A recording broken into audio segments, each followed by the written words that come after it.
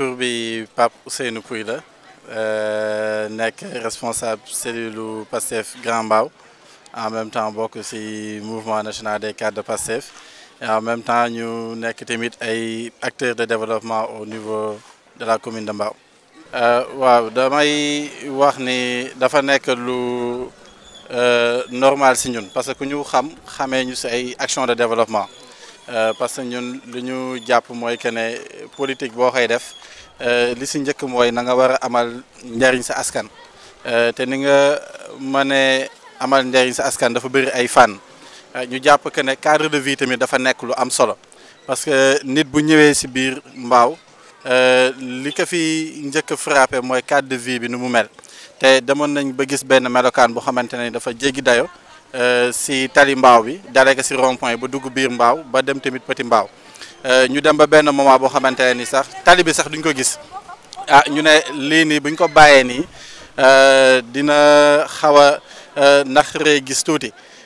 d'autant plus que dañuy am ay gan souvent yu fiy ñëw ñu ne comme que autorités yi nga xamante ne nii ñu ngi si biir commune bi tamit ñoom defuñu li nga xamante ne ni moom moo leen war en entretenant les routes en veillant à ce que tey ji état tali bi nekk dans de très bonnes conditions ñun ñu ne dañuy jël rôle boobu noonu ñu def ko ndax buñ ko defee tamit defaluñ ko waa Pastef defaluñ ko beneen parti politique mais dañ koy def pour la population de Mbao te biñ koy def tamit ñu gën si am mbégte parce que dañ si fekk ñeneen ñu xamante ne ni aussi tamit ils ont compris cette philosophie bi nga xamante ne ni mooy nga joxe sa bopp ngir askan bi nga xamante ne ni yéen a bokk fi ngeen dëkk muy waa groupe BES xam ne ñoom ils sont apolitiques mais ñoom ils ont pris l'initiative depuis la semaine dernière tamit di def ay actions yoo xamante ne ni dafay jëm si nettoyer tali bi am nañ tamit population de Niary Gouye à travers Khalifa ñoom tamit ñuy def benn liggéey bu am solo donc loolu moo ñu permettre tey ji ñu mën a jóge ba si rond point bi ba dem ba dugg biir Fass nettoyer ko ba fu mu nekk nii gis nañ ne anam mi nga xamante ni tali bi si la nekkoon jóge na si. waaw damay wax ni li tax ñu am possibilité def lu toll noonu suñu engagement la rek jëmale ko si biir commune de Mbao parce que yaakaar naa ne su fekkoon amuñu benn taxawaay bi si biir commune bi duñu am possibilité di jaay lu toll ni 1000 cartes de membres loolu aussi tamit ñuy si remercier bu baax équipe bi nga xamante ne ni moom la ñu àndal di si remercier tamit képp ku xamante ne ni gis na boppam si taxawaay bi nga xamante ne ni am nañ ko si biir commune bi di wax ne li si ëpp solo tey jii mooy lan mooy que ne ñun on est parvenu un peu à changer ni nga xamante ne ni noonu la nit ñi di xalaatee ni nga xamante ne noonu la nit ñi di doxee parce que dañu jàpp que ne bu réew mi bëggee dox il faut que doomu réew mi mën ko doxal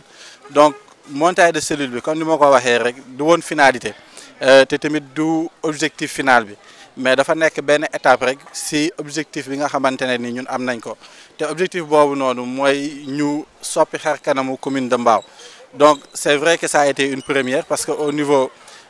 départemental wala au niveau national c'est la première fois que ñuy def montage de cellule boo xamante ne ni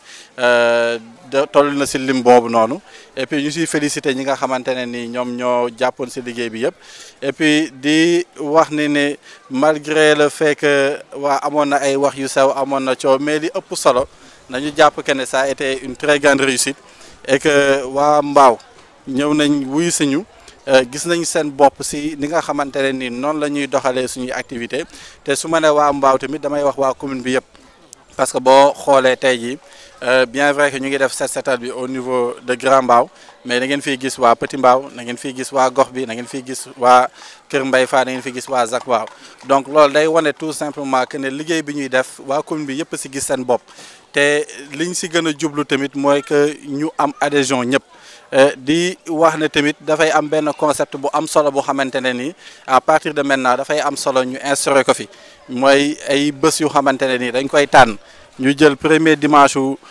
mois bu nekk ñëpp a génn ku nekk boo nekkee sa koñ nga génn ñu def set setal ndax yaakaar naa ne bu si ñëpp jàppee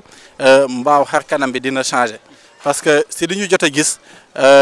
jàpp nañ ne tey jii ñi nga xamante ni ñoom la ñu dénk commune bi te ñu waroon a taxaw waa commune bi seen liggéey dafa des te firnde bi du lenn lu dul tali bi nga xamante ne ni moom la ñu jàkkaarlool mu nekk la pénétrante de Grand Mbao de Grand Mbao képp ku xamante ne ni dafay ñëw si dëkk bi fii ngay jaar te daanaka depuis presque 1 an et demi jàpp 2 ans tali bi mënul jag bi mu nekkee si yenn melokaan yu jéggi dayo jotoon nañ si def ay jéego ba ñu jóg ne dañ koy defaraat mais gis nañ ne depuis 1 an travaux yi xaw na yeex trop donc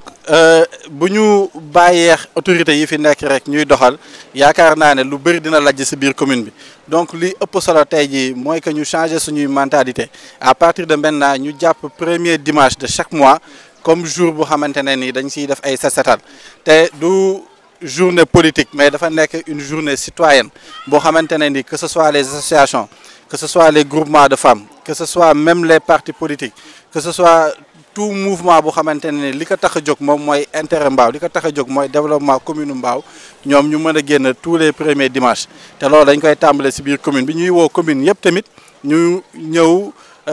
boole seen doole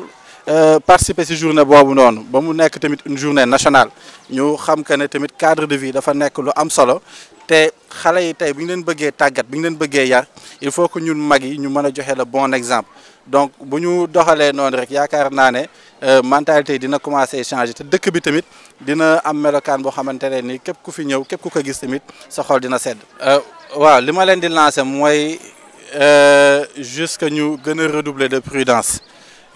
di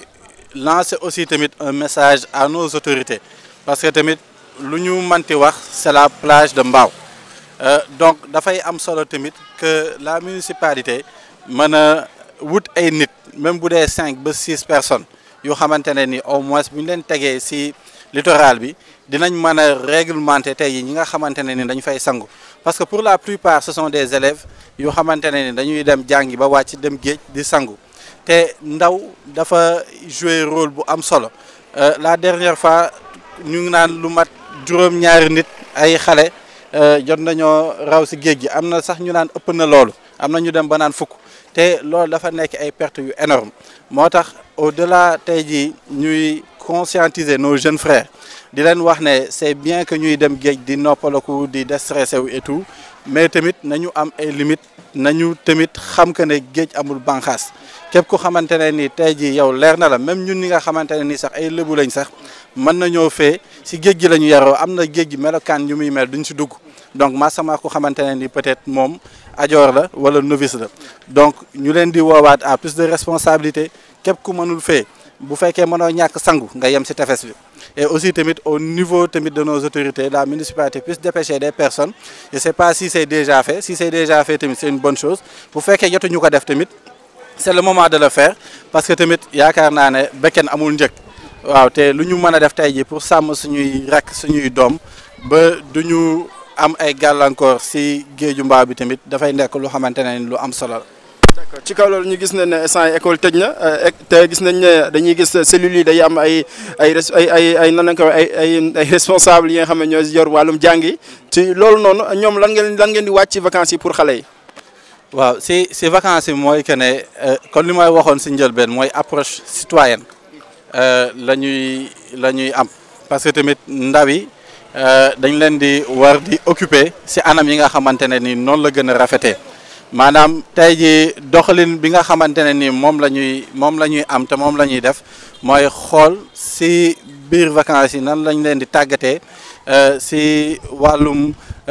instruction civique ñu gën a xam seen réew gën a xam nan la ñuy doxalee ban taxawaay la ñuy am pour seen réew et aussi tamit lan mooy seeni devoir si seen réew parce que dañuy faral di wax tamit ne boo nekkee si dëkk du da nga war a taxaw rek di laaj ay droit mais aussi tamit da nga war a xam ay devoir te devoir yooyu noonu du koy jëfe saa su nekk donc loolu pàcc la si li nga xamante ne ni bëgg nañ ko def si vacances yi et aussi tamit bu ñu demee tamit ba toll si aussi tamit bëgg nañ xool nan la ñuy organiser ay cours de vacances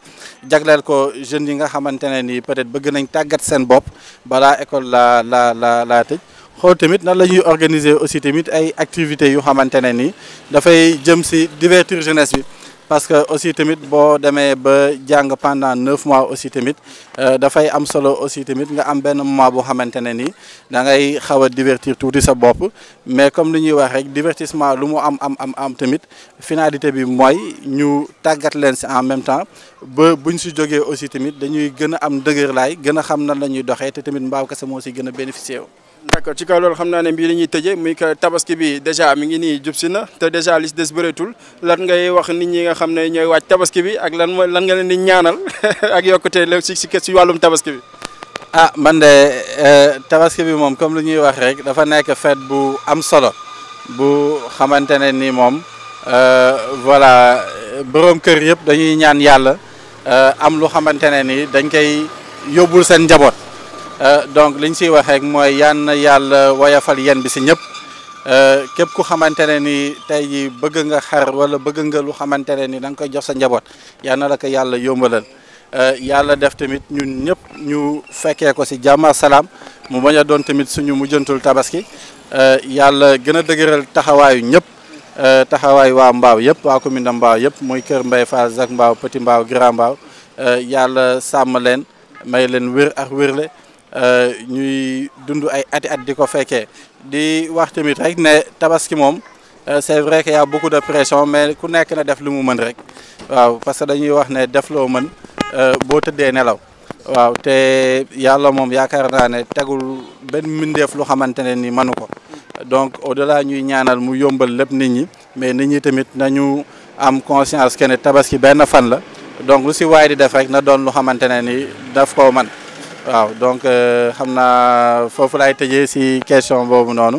voilà di remercier aussi tamit ñi nga xamante ne ni tey ñoo fi teew parce que bëri nañ trop daanaka depuis 9h ñu ngi fi di fi def liggéey bu am solo et puis di wax ne ñun moom voilà lii la ñuy xaar si jeunesse di wax ne irrémédiablement dañu toll si jamono joo xamante ne ni jeunesse bi dafa war a wane boppam parce que dama koy faral di ko wax souvent.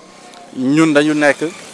plus de 70% de la population maanaam fukk yoo jël juróom-ñaari ay ndaw lañu donc waxuñu ne mag yi dañu fiy jógee ndaw yi toog mais tamit dama ne ndaw yi dañu war a ñëw imposer seen bopp parce que ñoom ñoo xam lan la ñu bëgg ñoom ñoo xam fan lañ bëgg a yegg seen xalaat boobu noonu dafay am solo tamit ñu mën ko jëmmal si fi nga xamante ne ni foofu la ñuy nasee di ko noccee donc moo tax ñu am si kontante bu baax bi ñu gisee ay ndaw rek wër ñu xam que ne. Conscience boobu nit ñi ñu ngi koy am de plus en plus taxawaay boobu ñu ngi koy am de plus en plus ñu leen siy féliciter parce que journée bi tey jii bu réussir yàlla ñi fi taxaw ñii la ñi nekk suñu ginnaaw di liggéey ñoom ñoo fi nekk di tamit remercier ñi nga xamante ne ni tamit participer nañ si journée d'investissement humain bi set setal bi parce que sànq ba léegi daanaka ñu ngi ñuy indil ay ndox ñu ngi ñuy indil ay boissons ñu ngi ñuy indil ay canettes. te ñi koy indi sax yàlla xam na ne sax dañ koy indi sax dañuy laaxatu sax dem lu ñu bëgg sax wane seen bopp donc day firndeel que ne li nga xamante ne ni ñun moom la ñuy jëfee muy le don de soi mu ngi si nit ñi déjà parce que nit ñi am mbégte am kontaante gis que ne am na ñu fi nekk di defar tali bi kenn laaju leen kenn ñaanu leen ñu ñëw de leur propre gré participer si journée bi nu muy doxee nii donc ñooñu tamit ñu ngi leen di remercier bu baax a baax di leen ñaanal yàlla lépp lu ñu fi def rek yal na ko yàlla ful. waaw yal na yàlla gën a dëgëral seen taxawaay te gën a yokk seen wërsëg am nañ mbégte bu baax a baax si li nga xamante ne def nañ ko si bés bii nag